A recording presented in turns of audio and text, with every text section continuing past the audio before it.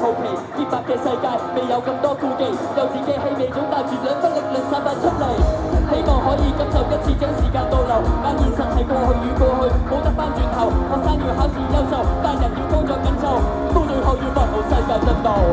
太灰心削減氣場，怕輸影響打仗，勇敢揾新方向，初踏上進化旅程亦能不斷向上。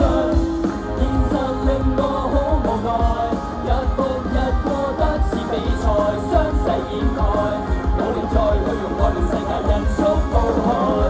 然後便放聲喝彩，患難後感恩也感慨，令溫暖覆蓋，宇宙再去用愛令世界人畜無害。